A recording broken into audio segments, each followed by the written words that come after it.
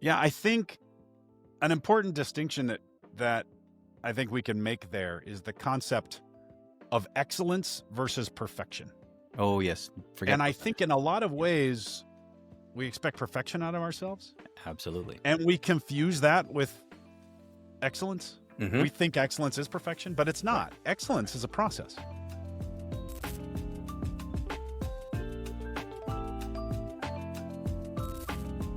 Welcome. Today on Raising Men, we're joined by Christopher Veal. Christopher is a former Marine officer. He's a leadership coach, a TEDx speaker, and the author of a book called The Whole Man, Evolving Masculinity.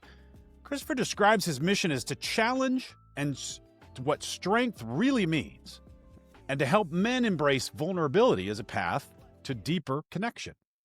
We're going to explore how masculinity has been misunderstood in our culture today, what it takes to raise emotionally aware sons, and why being a whole man is more than raw power. It's about the power of presence. Christopher, thanks so much for joining us here today. Shaun, thank you for the invitation, and I'm very much looking forward to this conversation. Me too. Now, you've lived in what I think of as two very different worlds, and you could correct me if I'm wrong about that, but it's the military, Mhm. and then there's leadership coaching. Right. And obviously there's some synergies there, but what first made you question the version of masculinity that you and I grew up with? Right. Well, I'm gonna try and be brief here because I could go on for days about this. It really started. So my first job out of the Marine Corps, I spent 9 years as an infantry officer in the Marine Corps, and my first job when I got out was in construction, doing project management. So you think about military, and especially the Marine Corps, and you think about construction, very male-dominated A culture. lot of testosterone Right? in There those is. There two is. professions. And it's not a knock on either. That's just simply the way they are. But Absolutely. when I was working in that construction job, I was married and my wife became pregnant. Yeah. And so as I was going through the process of waiting for, well, we didn't know it was going to be a daughter. We waited to find out. But as we were going through that process, I started to look into the Family Medical Leave Act and paid parental leave, which was allowed here in the state of California. It was a small company that was family owned. And so, a little bit in-house. I had to teach their HR about it. But I share that because if you had told me probably 5 or 10 years before that about taking leave as a father, the idea wouldn't have even crossed my mind. Yeah. But I realized, because I grew up without my father really being involved in my life, that I wanted to be engaged in my child's life. So I knew I wanted to take that time off. And as I was educating my organization about it at the time, I had a lot of, and again, I'm not knocking those men because those guys grew up with the way and the modeling that they had. But I had Yeah, we all comments did. from men, people that were older than me and some that were my superiors, making comments like, what are you doing taking maternity leave? They couldn't even say paternity leave, or don't Right. you know that raising kids is women's work? And there was a lot of that culture in it. And that just steeled me even more, saying, there's no way I'm going to fall subject to this. And so that's really what had me start to begin to explore what this was about for me, and how did I want to show up as a man? Because a lot of the trap that we fall into as men is it's this either or thinking. And I really am a big believer is how can we be a both and? So the example I like to use is, and I say typical man box thinking, you've probably heard that term. You have to be strong, you have to be the breadwinner, you can never show emotions, like all that stuff that feeds into a lot of toxic masculinity. And Yeah. instead of saying either I can be a breadwinner or I can be a caregiver, what's it like to explore what is it like to be a breadwinner and a caregiver? What is it like to explore I can be strong as a man and sometimes say I need help and I'm struggling? And so that's what really started me going down the rabbit hole. Yeah, I think of it, the metaphor that occurs to me about this is we're a castle, Mm-hmm. right? And we think of ourselves as a castle, and the Right. strength of a castle, we think of, oh, the castle has big, long, thick walls, and it completely surrounds the castle, and they're very high, and they can withstand any attack. Right. But the strength of the castle, the real power of the castle, is not the walls. It's the size of the area inside. It's the size of the protected area, the area that is allowed to thrive under the castle's domain, Mm-hmm. right? Absolutely. And I think that a lot of times, at least the historical way that we viewed masculinity, has been, we think about how strong our walls are, and I'm not going to Right. let anything in and all of that. But optimizing for that causes us to create this very small castle Right. that might have this tiny little garden that's barely able to feed us and our family. Right. But what we really want is an enormous castle that is able to have multitudes and have the entire village thrive under the protection. Right. And that's what real masculinity is, isn't it? Right. Well, here's something to play with that metaphor more. What if we were in a place where we didn't even have to have the walls? Right. Right? Because the other thing Right. with the walls is, yes, it protects you from things outside, but it also doesn't let things in. And by the way, it Yeah. isolates you and keeps you contained too. And so while you fall into the belief that it's keeping me safe, it's also isolating and keeping you from others. And community and connection is something we crave as humans, and it's something that we need. And so we have to be mindful that we don't fall into that trap either. I'm with you 100%. Now, when you look at young men today Hmm. who are growing up into this world that our culture has created for us, what do you think that is going right there? What do you think they're getting right? And what do you think that is missing? What do I think they're getting right? And I love that you started with that too, because so often we go to what's not working. And it's Yeah. important to do that, but I'm a big believer in how do we celebrate what is going well? So I think there's a couple things that really stand out for me. One is when I look at, and I'm going to speak in a very general term because I'm not a young man, not by a long shot, but I think that a lot of them are starting to challenge some of these outdated norms of what it means to be a man. And I use the air quotes of that, right? Yeah. I think back to growing up. I mean, I'm a Gen Xer, and when I think of my grandfather, who was a large influence in my life, he grew up in the Great Depression, and really had to live a hard life. And so the way he was shown to be a man and had to be a man was different. But I think some of these young men now are starting to look at, okay, that model that you have maybe doesn't work for me, and how do I want to show up? So that's something I celebrate because I'm all about how can we expand this concept of what it means to be a man. A lot of what the man box stuff does is it narrows it down and isolates. Again, the example I use is if we judge a man and his manliness by can you hunt, can I rebuild an engine? I can't do Yeah. that. Does that make me less of a man in the eyes of society? I don't think so, but if that's the measuring stick by which you're judging, I will never measure up.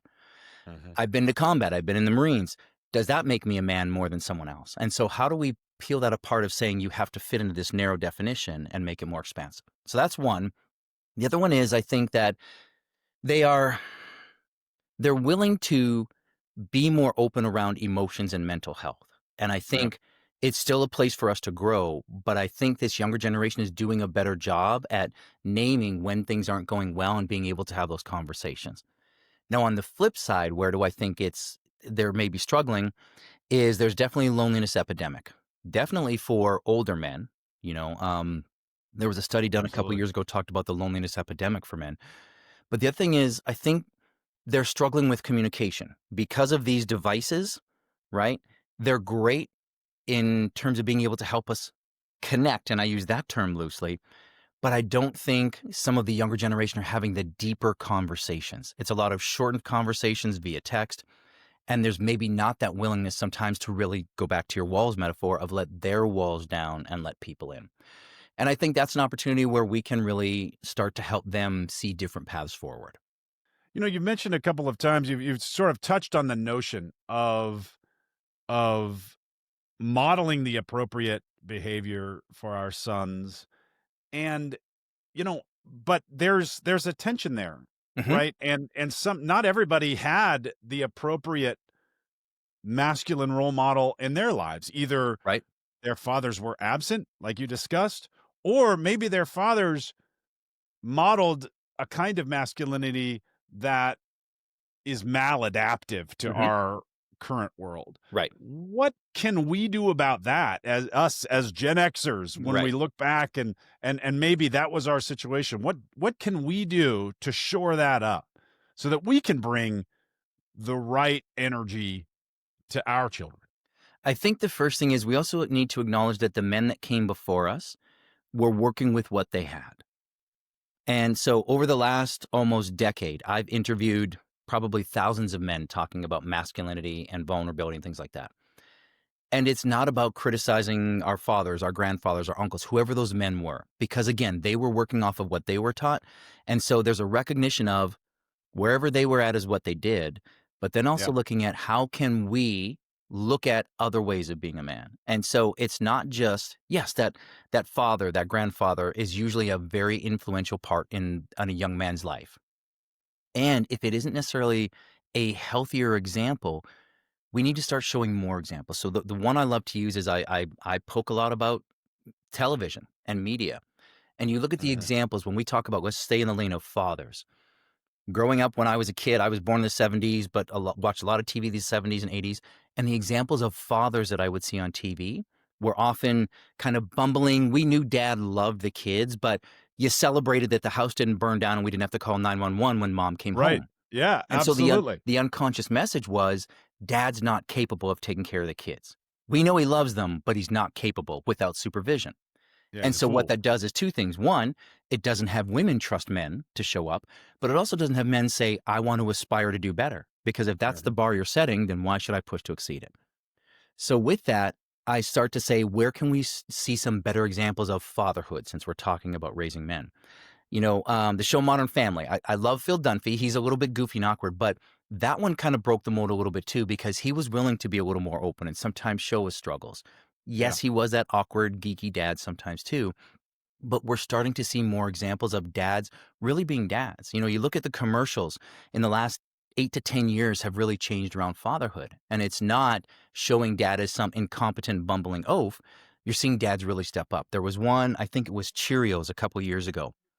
And it was the whole clip was like kids saying dad, but in different ways. Like sometimes they were excited. There's one that really just touched my heart. Like there was a daughter who was clearly like sad about something and just she was like, Yeah. dad. And like dad hugged her. And I love that because it shows that we can show up. And so the more these young men see examples of different ways that we can show up as men, being strong, being independent, being capable, saying, I'm struggling and I'm having a hard time, or saying, I don't have the answers, but I'm willing to figure it out. When they can see more examples like that, that has them go, oh, I can show up more as myself and it still fits into the description. So that might have been the answer to the question. I don't Yeah, know. I I kind of went on a think tangent. As you can tell, I'm a little passionate about this. yeah, no, I'm with you 100%, and the fact is that we can't really teach our children, our sons, to be strong if they don't ever see how we wrestle with our own struggles, Right. right?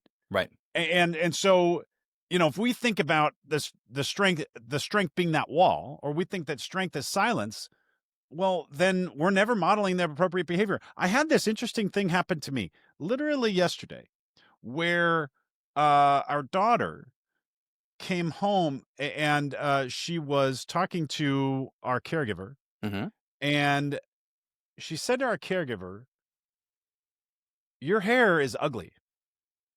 Mm. And the caregiver was hurt by that, and she didn't quite know what to response, and she says it to us, and our initial reaction actually was to try and tamp that down, to punish it, Mm-hmm. and to tell her, Listen, that's not who we are. We don't we don't call people ugly. We don't Right. talk about people's bodies that way."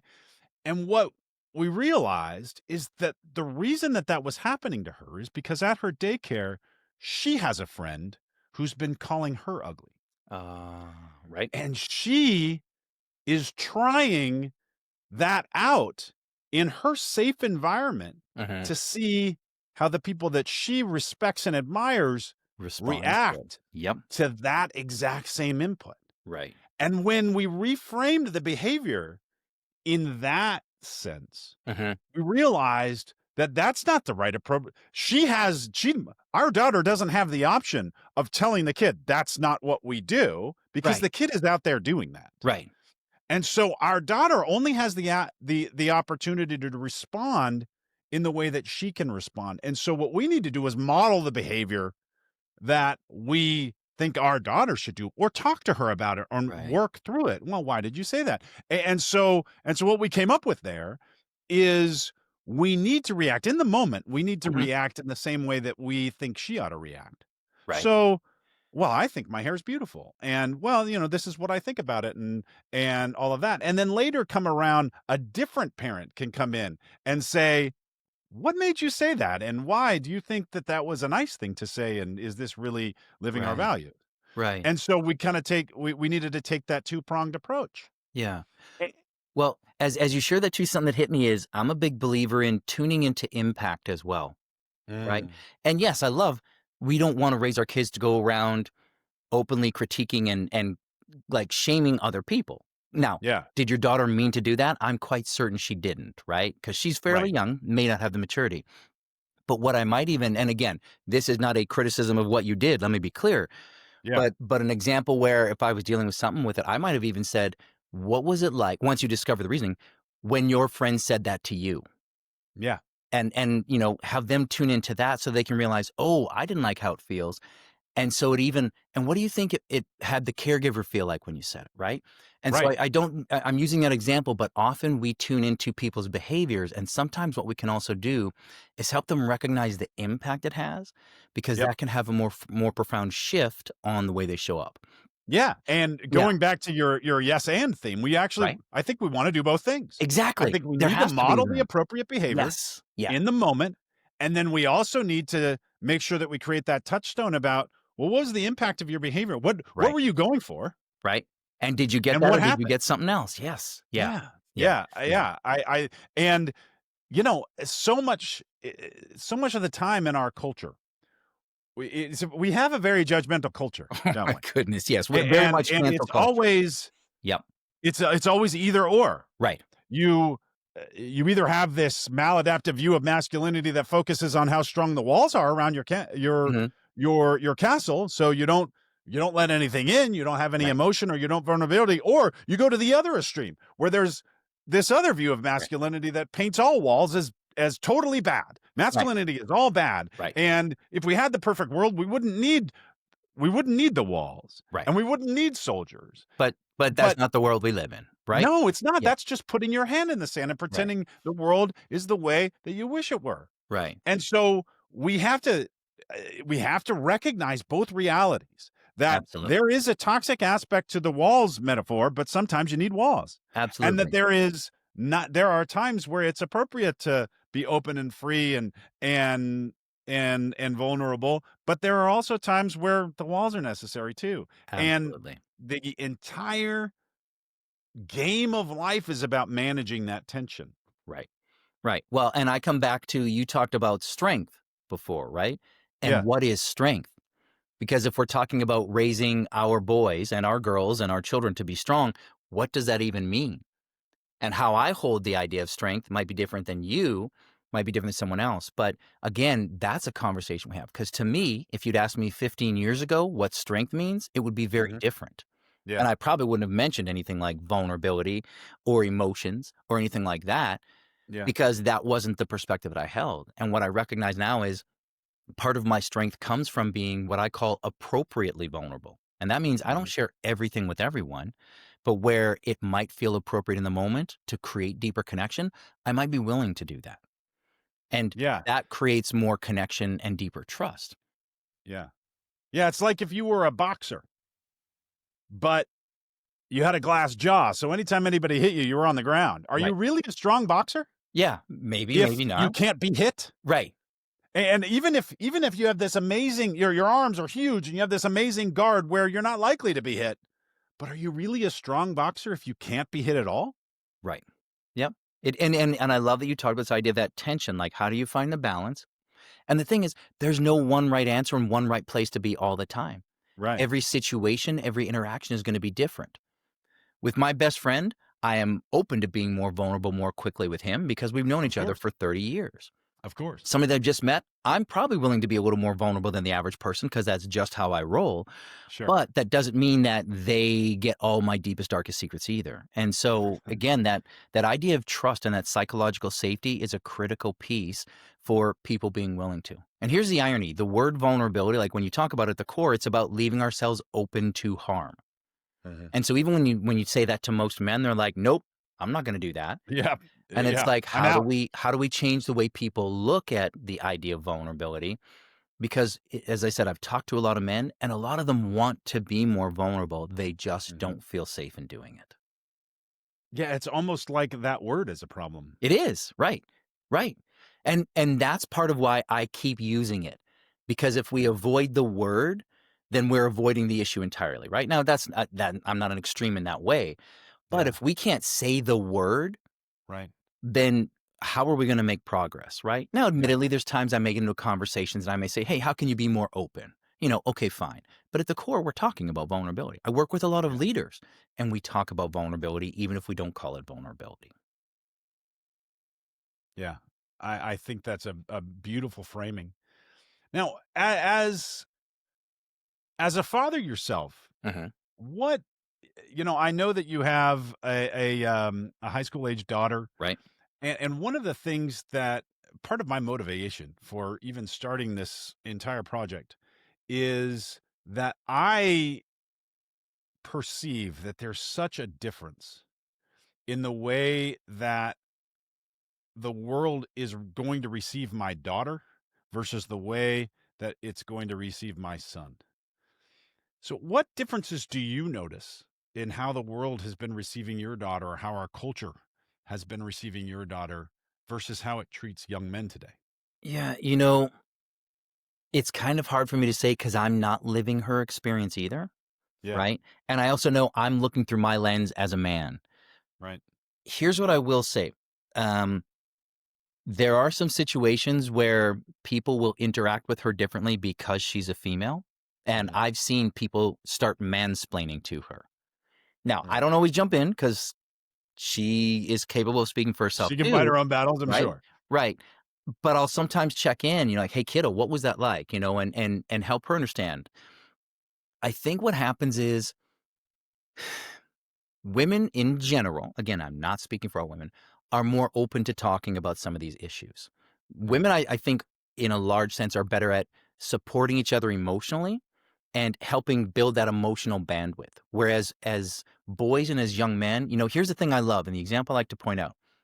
If you look at two kids, a boy and a girl, and I know we're beyond binary in this world, but I'm going to use this for my example, age 3, 4 years old, you know what emotions they're feeling because they're out there. Like they just come out. They don't have the right. filters, right? And if a 3-year-old boy and a 3-year-old girl both fall and scrape their knee, what do? We nurture both of them. Hey, it's Yeah, okay. And then when they get around age 7 or 8, somewhere in that range, we start giving each of them different messages. And the it's little true. girls, we still nurture them. Hey, that's okay. You're going to be fine. We tell her it's going to be okay. But what do we start telling boys? Rub some dirt in it. Rub some dirt on it. Suck it up. Don't cry. The worst insult you can get as a young boy is don't be a girl. That's And so right. the messaging we're telling them is don't have emotions, don't have feelings, and never show that you're in pain or hurting. And so what do? They hear that message from potentially at home, definitely in school, certainly through sports. And so we start to teach them push those emotions down. Don't have them. You can have certain ones like anger's okay in a limited way. Um, you shouldn't cry because real men don't cry. Yeah, And that's really about it. And so now we're taking this entire human experience and telling them they need to filter it down through this narrow lane. And then we wonder why they're struggling and they're yeah, having difficulty.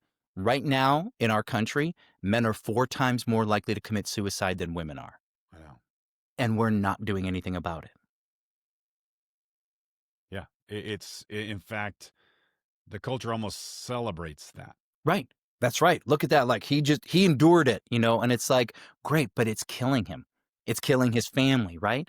Now that family doesn't have that father there, that uncle there, that man there, in whatever capacity he was in, because he's felt like the only option he has is to end things, right? Or he's Yeah, struggling and burning himself out, and it's hurting his family, even though they don't know why.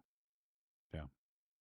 I have a really close friend who recently went through a divorce, and um when this whole thing started happening, he called me up and said, "Oh, listen, we need to talk about something." And he told me I'm getting a divorce. And I had the predictable reaction, which was, "Oh, let's see if we can fix it and do all this stuff." And then he told me what the last 10 years had been like for him. Yeah. And I understood why he wanted to get a divorce at that point. Right. But then the next thought I had was, I didn't know any of this stuff. Right. This is one Because he this he is one just of my endured it closest in friends silence. Right. I've ever had. We've been Right. friends since we were 13 years old. Right. I was at his wedding. I was at his son's bris. Hmm. I was at a lot of milestones in his life, and we didn't talk for 10 years Right. about what was going on in his life. You had And lots of then the next thought conversation, occurred to me. right? Had lots of conversation. How you doing? I'm good. And we just kind of move on from that. That's right. Yeah. That's right. The thought that occurred to me after that is I've got stuff I'm going through that I haven't shared with him either. Yep. So So not only yeah. am I not being a good friend by being there for him, but I'm not being a good friend by allowing him to be there for me. Yeah. So actually I want to play with that a little bit. It's not that you weren't a good friend for not being there for him because you didn't know Right. he needed you in that way. Right. Right. Right. But here's what you're pointing to is I love this. One of my guests a while ago introduced me to this idea of what they call the gift of going second. Now I'm a Yeah. big believer in, and do I believe you care about your friend and that you love him? I do. Whether you two Yeah. would say it to each other or not, right? But sometimes what we can do is if we're feeling safe enough, and sometimes it takes courage on our part to be willing to share something and be a little bit vulnerable with that friend. And Mm. it could even be something as, you know what, man, like I'm just really struggling right now. I know as guys, we often want to go to fixing. And so the first thing I'm going to tell all men is stop that right away. Don't go to fixing. If somebody Right. shares something like that with you, it can just simply be something as simple as, thank you for sharing that with me. Right. Now, if you're worried Yeah. about how can I support my friend, you could say, what do you need from me? Or how can I be here Yeah. for you? Right. But don't Yeah. presume what you need for them. But that idea of being willing to open up a little bit, they may or may not reciprocate, and that's okay. That's not the point of it. But it allows you to create a little space to say, hey, like I'm human. And guess what? They are too. Now, they may not say thank you for sharing it, but they're going to walk away going, okay, maybe I'm not the only one that's having a hard time. And so in another conversation, they might. But I say that because I think if we as men can start to get over this idea of I've got to suck it up in silence Yeah. and just push through it, again, it's not that I'm telling my friend because they need to fix it. Often, I don't want them to fix it. But even just saying it feels like the burden becomes a little bit lighter. Yeah. I think that is exactly right. And, I've noticed one of the themes that I've noticed from your philosophy here is about grace. Mm-hmm. And you need to give your father and your grandfather the grace of understanding that they grew up in a different world. And, if they weren't perfect, well, neither are you. Nobody is. Right? And that's okay. They did the best they could. Mm-hmm. And you need to give yourself the grace of failing in whatever you think your ideals were and all of that. Um, but again, it goes back to managing our judgmental culture. And we do it to ourselves Right? where, oh man, I should have been a better friend, or I should have been a better father, or I should have been a better parent, or husband, or Right. spouse, or whatever. And that doesn't help you, does it? No. It helps you to forgive yourself for whatever has happened in the past, and then let that inform what you're going to be doing moving Right. forward. Well, the piece around the grace for self is critical because Mm. often, and let me make a distinction here.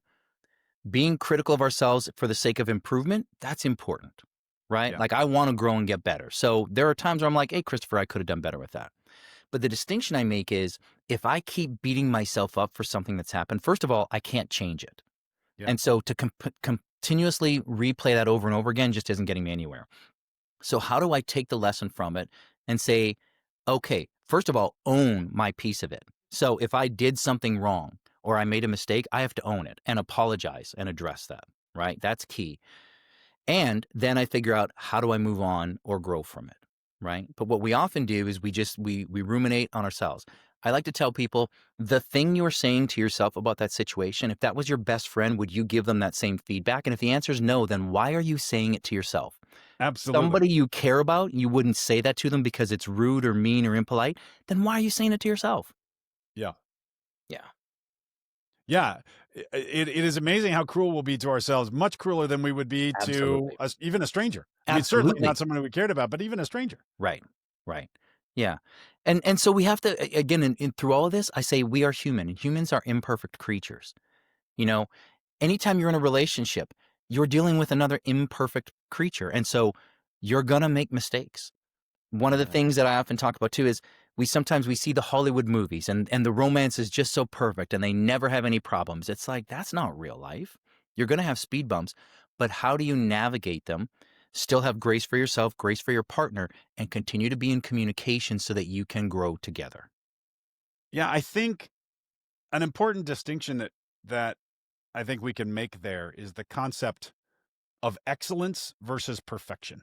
Oh, yes. Forget And I about that. think in a lot of Yeah, ways, we expect perfection out of ourselves, absolutely. and we confuse that with excellence. Hmm. We think excellence is perfection, but it's Right. not. Excellence Right. is a process. Right. I I often remember say watching, progress, I not perfection. say again? I often say progress, not perfection. That's the Right, point. Yeah. right, right. And it's, you want to strive for excellence. Everybody Yes. does. And it feels like striving for perfection is the way to strive for excellence. But, and maybe it is, but again, we go back to that tension where okay, you can strive for perfection, but recognize that you'll never make it. And Right. so have the grace to forgive yourself for that. Yep. And I remember I watched a movie one time, or a documentary, and it showed, it was about the Blue Angels, and it showed a debrief session Hmm. Yep. of one of their flights. And the Right. Blue Angels are absolutely amazing. Yeah. When you I talk they about they top of they their blow you away. game, yeah. Yeah. And it showed, one of the pilots was talking about, he was doing his debrief, and he was talking about, they do this high speed pass where they right in front of the crowd, Yes. two of the jets fly Yep. across each other like that, and Yes. it looks like they're inches apart, and Right. I don't know how close they really are in reality, but man, they're close. Right. And this pilot said during his debrief, he said, and on the high speed pass, I was about 10 feet low. And I realized that not only this guy has such a level of excellence that he recognized that he was 10 feet low on this Hmm. 800-mile-an-hour Right. closing That crazy lasted a maneuver. split second. He was 10 feet low, and he recognized that. Right. And that, I mean, it was just a fact. You know, I'm, oh boy, I should have, yeah, I should have been a little bit tighter on that. And that's what excellence is. Right.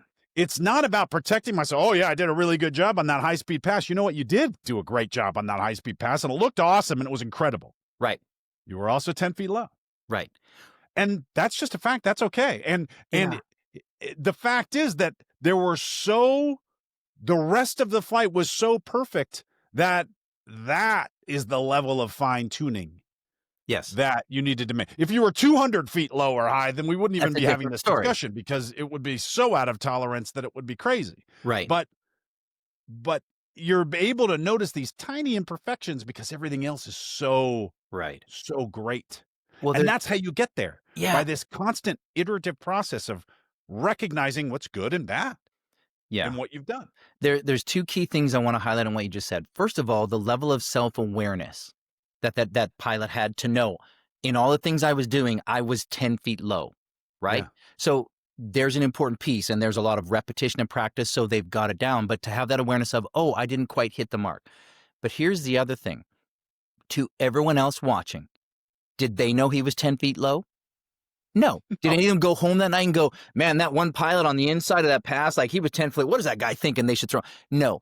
But right. this pilot knowing I need to be better. But I point that out because how often do we then go and back and go, oh man, I did this thing wrong. And we will Yeah. beat ourselves up for it over and over when the other Right. person involved has forgotten about it. Right. Right? You think about maybe you have a bad interaction with someone. And I love this. People sometimes go, man, you know, and this concept I take from Drew Dudley. He did this talk and he talked about this idea of somebody living rent free in your head. And how Uh-huh. often do we carry around an interaction we had with somebody that didn't go well and we're upset and frustrated? I guarantee you they're not even thinking about you. Right. So how do we have the self-awareness to recognize where we need to make improvements, but then also not beat ourselves up so that we limit our progress? And I think we need to be able to hold that balance between them as well. I agree. And we have to recognize that openness to Hmm. recognizing our faults, that's not weakness. No, That is the strength. right. Being able to recognize and to really inspect what you've done and tweak it Right. and have those sessions where you can be open and acknowledge, well, here's what I did well and here's what I did poorly. Hmm. That is actual strength. But I'm wondering, how do we change that narrative? How do we make sure that we are engaging in those in those safe spaces? How do we create the kinds of self spaces where our friends, our fellow men, our sons can be open like that? I think it starts with what we are doing and how we show up. Yeah. Because often the conversation starts with how do we have other people do things differently? And, you can wait forever and it may or may not happen. But if you start to show up the way and model the way you would like people to be, you might be surprised at how they start doing it too. Yeah. Right. So I think that's an important piece is instead of pointing fingers and looking at what others are doing well or especially not doing well, stop that, turn it around and start to say, what do I need to improve on and how am I doing it? And where can I own that in more spaces? Like a thing that I'm a big advocate for is when I make a mistake and screw something up with my daughter, I will tell her, hey, you know what, kiddo? I missed the mark on that one. And I'm sorry. And here's what I'm going to do better. Or I'll say, what do you need from me? Now, does that take away from my authority as a parent? Absolutely not. Are there some parents, some dads that I've said, you never admit you're wrong? Cool. You do what works for you. But it's helped me build Right. a healthy relationship with my daughter. And what it's also teaching her is she doesn't have to be perfect and that she will make mistakes. And what I'm teaching her is when you've done something that hurts someone, you own it. Right. And that's the big thing, because if you think you're going to go through life and never hurt anybody's feelings, well, I guess you're going to be living on a mountaintop as a hermit because that's the only way you're going to do that. Right. That's And right. so, how do we show up with the way we want people to be? And then when they do, like celebrate it, acknowledge it. Hey, you know what? Great job. Recognizing that you hurt that person's feelings. I'm proud of you, kiddo. Or you should be proud of yourself. That's the other thing I say too is yes, we can be proud of people, but also encouraging them like you should be proud of yourselves because otherwise we teach them to seek external validation. And I know I went on a tangent, but there you go. But Yeah. we got to show up the way we want people to be. That's the first step. I think that's exactly right. Now, I want to take a moment to talk about a cross-cultural aspect of Okay. this. You have spoken with men and in In a leadership lot of sessions, walks of and life. Yep. you've spoken with men across cultures. What do you find is universal about the masculine struggle today? Oh man, how do I answer that question? Here's a couple things that I think I'll say. A lot of men want to have more close connections with guys. I think that's true, and they're not sure how to do it.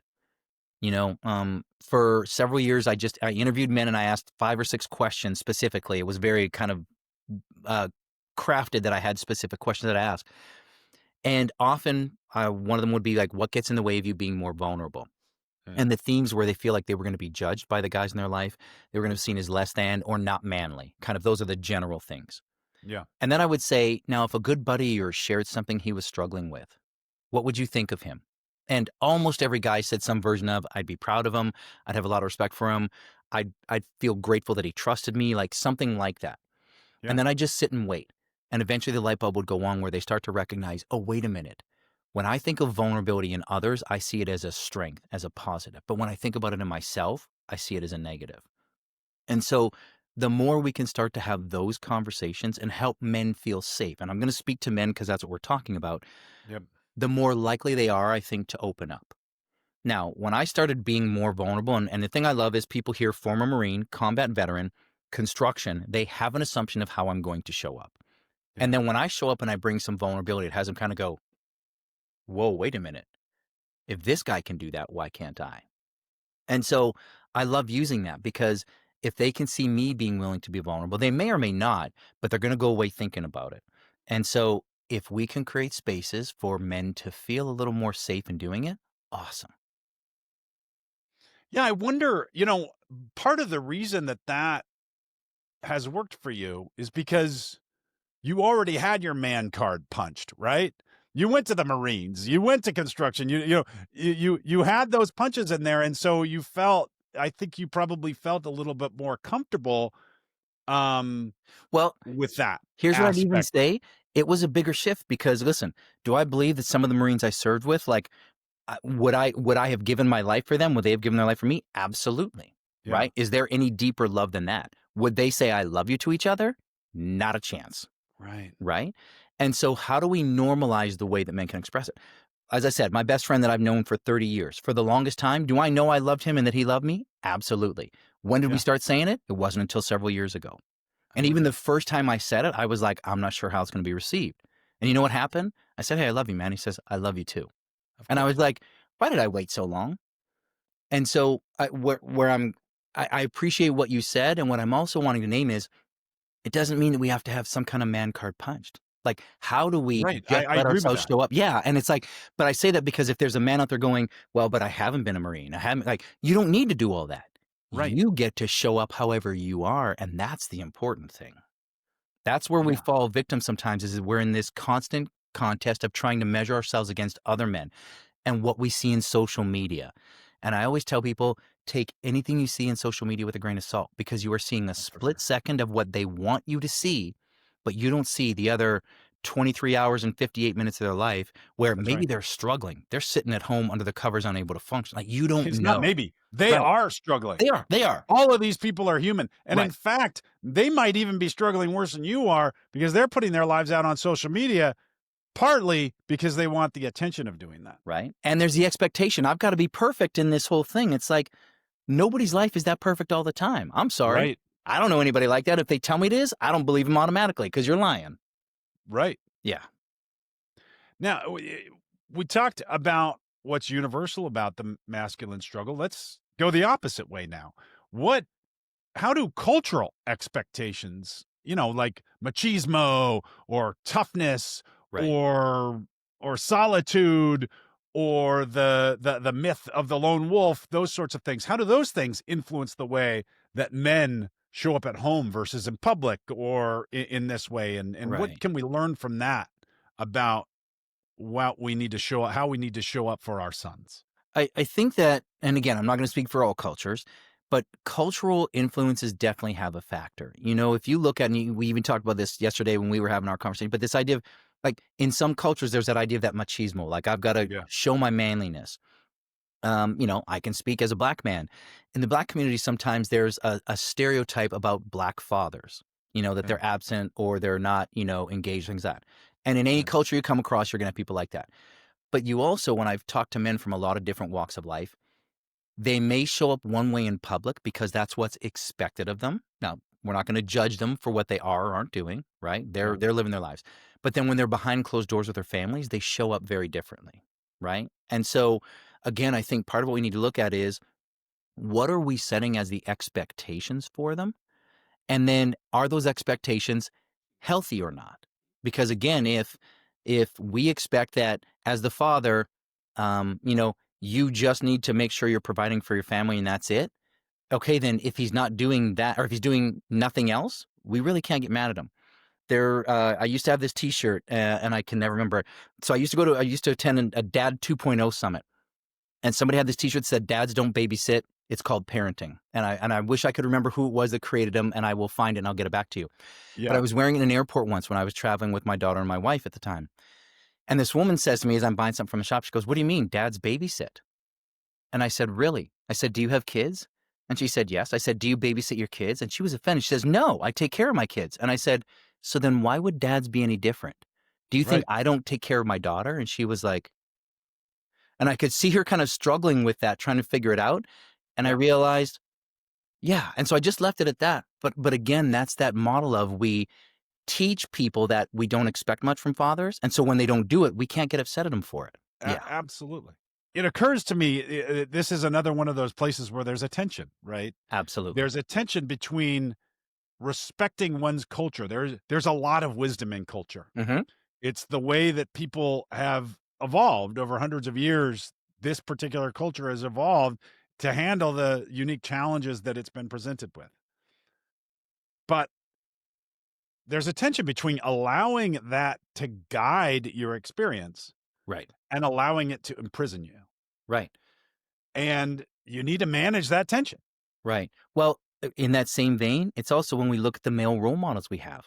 How do we Uh-huh. take some of that information, but not take it all as the gospel and I have to do everything they say, Yeah. but what works, and let's keep that, and then where do I need to make something different? That's where I'm a big advocate with this idea of masculinity. I don't want to say we throw out everything that it means to be a man. There are some good qualities typically to being a man. There's also some unhealthy things. So how do we keep what works? And what I like to say is, how do we evolve the way we hold masculinity so that, when you look at organisms and creatures in nature, they evolve to adapt to their situation and what's needed. So how do we change the way we look at masculinity and make it a healthier version that allows more men to show up and Yeah. really be in better service of the world? If I have a criticism, or one of the many criticisms I might have with woke culture, Mm-hmm. is how judgmental it is about that exact process.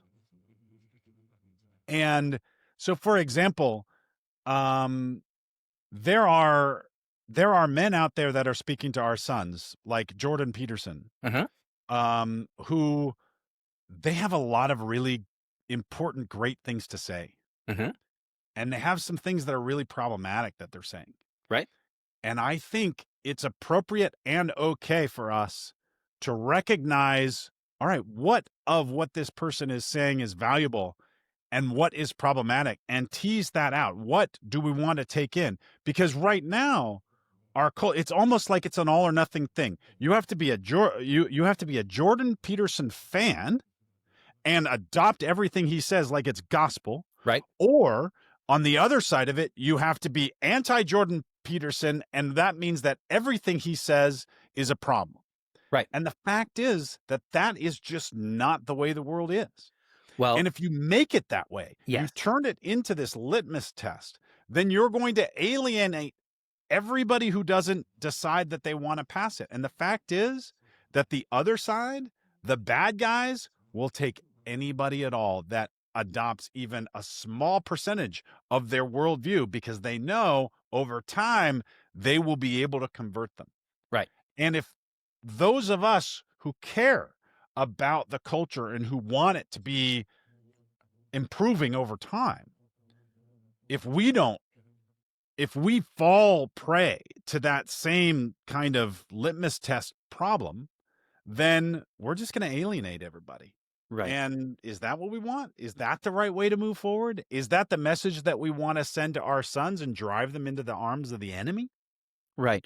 Well, and in that, there's a few things that come up. One, first of all, the labeling does not serve anything. So even calling it Yeah. woke, and I'm not advocating for it, but what does woke even mean? Yeah, the fact that I'm willing to be vulnerable and open, but also be strong in these other things, does that mean I'm woke? And have you now put me in that category of bad?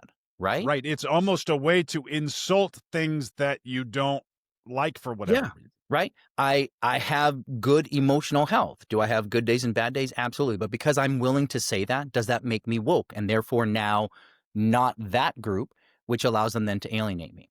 Yeah. But again, this comes back to that either or thinking, the all or nothing thing. So either, like you said, either you're all in on Jordan Peterson, Andrew Tate, like you're all in on that, or you're not one of us. So it's us Right. and them mentality. And Yeah. what I'm a believer in is you can believe what you want, but also don't automatically presume because someone doesn't believe what you believe that they're wrong. We have to come with some curiosity, That's right. right? And be willing to Yeah. say, okay, what's important to you about what you believe? And take time to try and understand. And what we often make the mistake of is we think if I take time to listen to the person, understand them, that means I agree with them. No, it doesn't. I Yeah. can listen to you and we can have differing viewpoints and I can start to understand why what you believe is important to you. It doesn't mean I'm going to change my mind, but it has me better understand. And here's the really cool thing. Often we are not as far apart as we think. But our culture today, our society today is so much us against them. If you're Yeah. not with me, you're against me. And so they're the enemy. Let's destroy them. And that's not going to serve us at all. So we need to I start having more submit to you, in conversation. fact, that is how the bad guys win.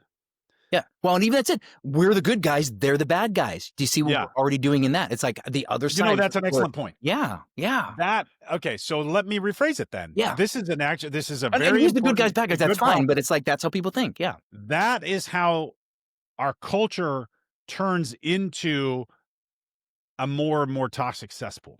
Right. Yeah. Right. I think that's an excellent point. And you think about, the bad guys are the ones who want it to turn into a cesspool, but nobody wants it to No, turn into a nobody cesspool. does, Everybody right? has their own vision of what is ideal. And Right, actually, it's important to shine light on that and let the things that will reinforce themselves and succeed over time, let them thrive and let the other things die. right. What it comes down to at its core is we need to see the human on the other side of the equation. But a lot of what these conversations do is they dehumanize the other side. And Yeah, so and instead of and seeing the social media by person default dehumanizes the other side because exactly. it turns the human into a username. Right, right. And so now we just see them as an icon, Right. something like that, or a meme, and we don't see that's a person. And that's why I say if we can have a conversation, you're going to start to realize that even if we disagree, I can respect you as a human, even if you don't believe what I do. But that's Right. not where a lot of these things happen now. And you see, we'll use politics. We're not going to go into politics, but very much it's us and them if you don't Right. believe us, right? And so they demonize the other side. Both sides do it, and they both say we're the good guys, they're the bad guys. Yeah. And how do we get away from that and go, let's talk about what's important? How do we help people be better? Mhm. Yeah, I think that's a beautiful sentiment. I like to finish up these conversations by asking if you could leave one principle that you try to follow for fathers listening today about raising men in our culture, what would it be? It's just that small question, right? I mean, put me on the It's a spot. Like, tough one. you I got to get it right. recognize it's Well, a here's the tough thing. question, But and I always spring it on people, and I kind of feel sorry for them because no. I actually don't know what I would do in that Here's what circumstance. I love in that, Shaun, though, because I started to go in my own head going, oh my goodness, I got to get the right answer. And so here's what I'm going Yeah. to do. I'm going to practice what we were talking about before. I'm going to have some grace for myself. I'm going to say, here's what comes to mind for me in the moment. And it may or may not be my best answer ever. But I will say, be curious, right? I don't know about you, but my kid did not come with an instruction manual. I don't have an owner's manual, so I'm figuring out as I go. Right. But be willing to be curious in a lot of ways. I'm curious about who do I want to be as a man? Who do I want to be as a father and all the roles that I'm in, right? And as I explore that, great. How do I live into that?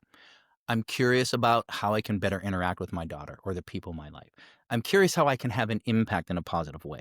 And so I say all that because if you start to bring more curiosity as opposed to this idea of we often say, I know, and speak from that place, it's going to change the way you interact with people. And the curiosity also invites a willingness to grow yourself. And so I would say be curious. I love that principle. Be curious. That is an excellent answer, and thank you for sharing that. Yeah. Our guest today has been Christopher Veal. Christopher Veal, thank you so much for joining us today. Really appreciate the time. Shaun, thank you for having me. And like I said, I've loved this conversation and I'm looking forward to staying connected and having plenty more with you. Me too, my friend. We'll do it again sometime soon. All right. Take care. You too.